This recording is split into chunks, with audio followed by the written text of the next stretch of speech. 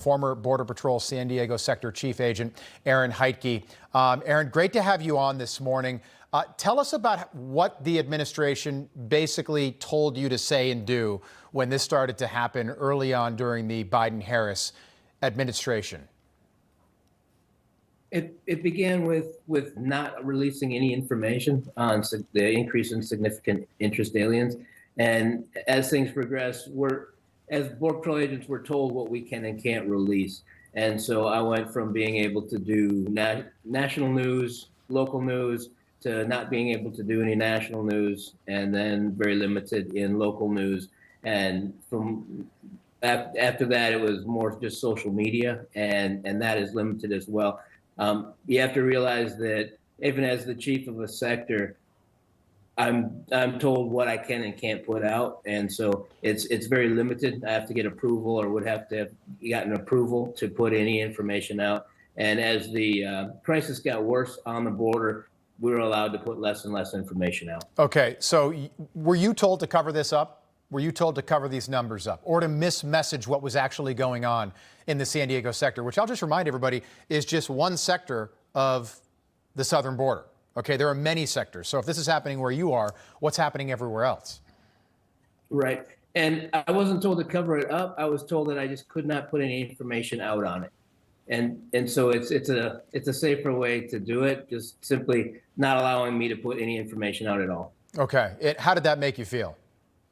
Frustrated, very frustrated.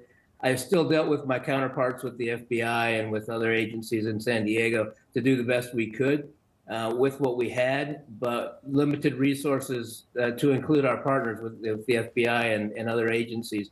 We just didn't have the resources to deal with the numbers that we were seeing. And without getting that information out, it was just very frustrating to try to correct the problem. Just a quick one as I put together a timeline here. How long have you been in your role in California? I was the chief in San Diego sector from 2019 until 2023. Okay, so there was overlap with the Trump administration as well. Did you have more freedom to speak your mind when Donald Trump was president? I did, yes. Okay, and that changed when things started going wrong down there at the border. I just heard your soundbite, 10 crossed illegally during the Harris-Biden year one, and then 100 in 2022. And your line was with, quote, significant ties to terrorism. What does that mean, significant ties to terrorism? It means that they're coming from countries that we watch very close, whether it be Pakistan, Iran, Iraq, that have high populations of terrorists within those countries. And once we start running into those people, we run them through all the databases that we can.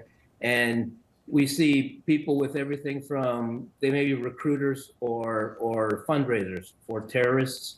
But we started to see more and more people with ties as actual operators. And so the level of threat was rising.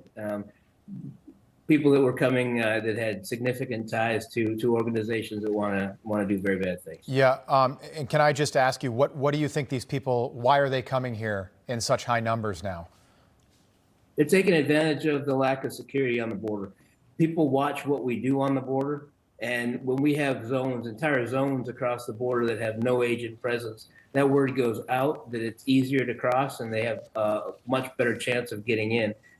Most of these folks know that they have some sort of record that if we catch them, they're going to go to prison and go back to their country of origin.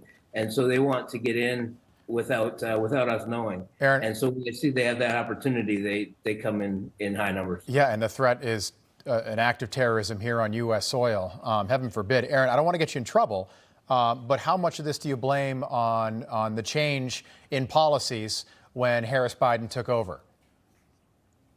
I blame an enormous amount on the change in policies.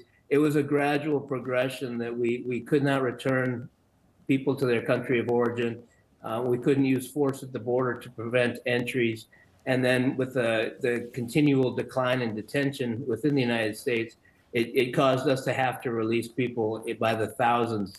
When that happens, it encourages illegal immigration, and the numbers just skyrocketed. Yeah. That overwhelmed the agents and pulled them out of the field from their primary mission of national security. And that ultimately is what caused these gaps in the border.